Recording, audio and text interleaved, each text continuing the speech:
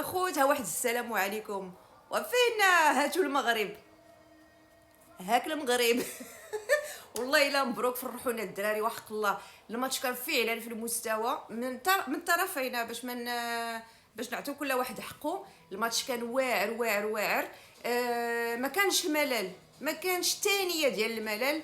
الماتش بصراحه الله دا زوين بزاف، فرحونا، عجبني الحال بزاف. عندهم واحد بيلانتي عجباتني. عطاوهم بينالتي من حقهم، كاينه بينالتي ما غاديش نكروها، وتيراها سي ميم با كادغي.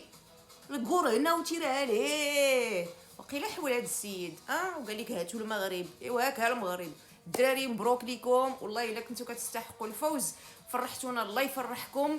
بغيت نعطي واحد التحيه كبيره للجماهير المغربيه اللي حضرت الماتش. ما شاء الله ولا العظيم، 90 دقيقه وما كيشجعوا، ما هداوش نهائيا.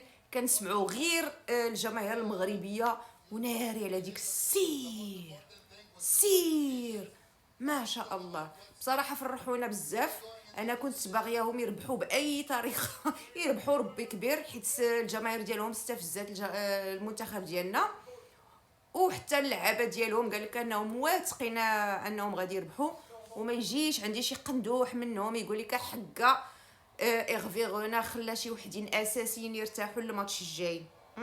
حيت حنا كلهم حتى واحد فيهم ماشي اساسي، ومع ذلك عطاوكم علاش كتقلبوا وتهلاو.